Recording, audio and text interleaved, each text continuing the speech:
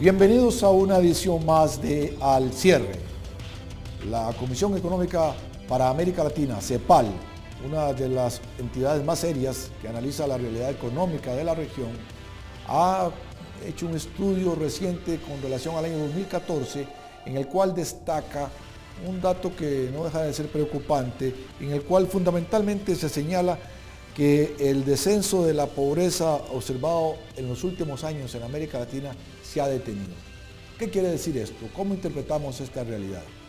Para analizar estos datos y este contexto nos acompaña Rodrigo Fernández del Estado de la Región, a quien le damos la bienvenida. Muchas gracias por la invitación. Y vía telefónica nos acompaña también Sergio Araya, analista político, miembro de la Fundación Konrad Adenauer, a quien saludamos. Muchas gracias, don Ricardo, don Rodrigo y a las y los que nos están escuchando en este instante. Diego, si pudiéramos complementar estos datos de la CEPAL con relación a la organización a la que usted pertenece y los estudios que hace, ¿qué podríamos visualizar en el contexto, en el panorama general de América Central? Sí, en general creo que los estudios, tanto el anuario estadístico de la CEPAL como el informe de estadísticas de Centroamérica del programa de Estado de la región, coinciden con estadísticas oficiales en que ha habido una desaceleración de América Latina, pero también del contexto centroamericano.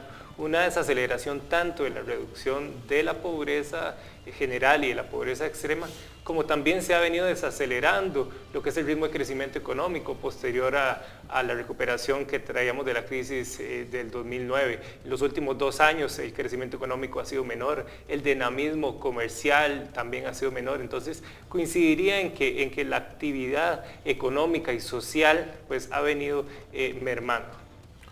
Sergio, curiosamente, después de la crisis financiera del 2008, a la que todos le temimos y creímos que íbamos a caer en ella en un abismo, pues no sucedió eso, la región pudo subsanar o aminorar los efectos de esa dura crisis, pero sin embargo estamos todavía en esa especie de estancamientos que nos señala Diego.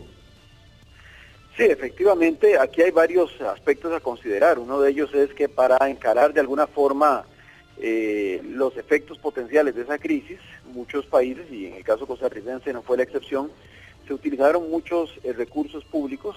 Recuerden ustedes en el caso costarricense el famoso plan escudo de la administración Arias Sánchez. Correcto. Que en algún momento, podríamos decir, intentó al mejor estilo keynesiano dinamizar algunos sectores de la economía para tratar de mitigar los efectos de esa crisis internacional. Lo que pasa es que ese tipo de medidas que eran paliativas fueron consumiendo recursos importantes, no se hicieron acompañar de reformas estructurales, por ejemplo en el campo de las finanzas públicas, de su manejo racional, de su manejo más eficiente, y esto indiscutiblemente repercutió en que las soluciones que se consiguieron fueran estrictamente pasajeras.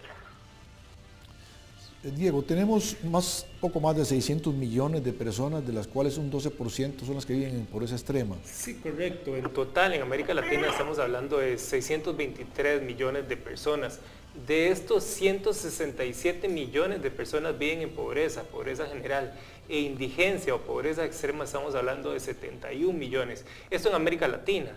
En el caso de Centroamérica, pues es una región más pequeña, tenemos cerca de 45 millones de habitantes, de los cuales 18 millones viven en pobreza extrema y 21 millones en pobreza extrema, 48 en pobreza general. Es decir, la pobreza es del orden del 28% en América Latina, que aumenta a un 45% en Centroamérica, y en América Latina la pobreza extrema, que es del orden del 12%, pues también viene a aumentar a cerca del 28% en Centroamérica. Es decir, una región más pequeña, pero también con un desafío social aún mayor. No hay ninguna razón para cuestionar la validez de estos datos. No, pues se trata de estadísticas oficiales de los institutos de estadística de cada uno de los países. Se ha hecho un esfuerzo importante por generar esta información en cada uno de los países, y posteriormente tanto la CEPAL como el informe del Estado de la región por integrar estos datos y permitir así lo que es el análisis comparado, ya sea para América Latina o Centroamérica. Sergio, usted destacó el caso de Costa Rica, que no sé si fue el mismo que siguieron otros países para atender la crisis del 2008. ¿Quiere esto decir que estas soluciones de origen keynesiano, como usted las llama, quedaron rezagadas o fueron condiciones insuficientes para resolver el problema de la pobreza? Particularmente la pobreza Claro, extrema. este problema de la pobreza es un problema bastante más complejo que simplemente encarar una situación coyuntural de una crisis económica internacional. En el caso de América Latina, hay rezagos de orden estructural que provocan que importantes segmentos de la población, esos números que planteaba el compañero son realmente alarmantes, pero hay un fenómeno adicional que el propio informe, por ejemplo, del Estado de la Nación ha señalado, y es que al menos en los segmentos pobres, no de pobreza extrema, la pobreza es móvil, es decir, hay personas que salen de la situación de pobreza en determinados momentos, qué sé yo, por algún tipo de programas de asistencia social promovidos desde el Estado, pero como son acciones temporales que no conllevan el acompañamiento de una serie de medidas de políticas públicas que les permitan también construir una base productiva autónoma, terminan otra vez regresando a esa situación de pobreza. O bien, gente que no estaba en la situación de pobreza antes, que por un nivel de insatisfacción de sus necesidades y por un problema de ingresos, que sé yo, una persona que se queda cesante, porque también la actividad económica se ha desacelerado, comienzan a peligrosamente caer en esos indicadores de pobreza. Entonces, es un problema además serio porque además de la magnitud, o sea, además del volumen de personas que lamentablemente no satisfacen sus necesidades más elementales, es dinámico y constantemente pueden estar entrando y saliendo diferentes segmentos de la población a esos niveles de pobreza. Algo que resulta trágico porque debe ser muy difícil eso de estar uno en una condición en un momento, sentir la esperanza de que ya ha salido de eso y después volver a regresar a ella. Sí, supone, es más bien un estado de vulnerabilidad, donde pues usted está en realidad cerca de caer por debajo de la línea del ingreso que lo ubica en una condición de pobreza. Eso, como bien decía Sergio, está muy ligado al tema del empleo.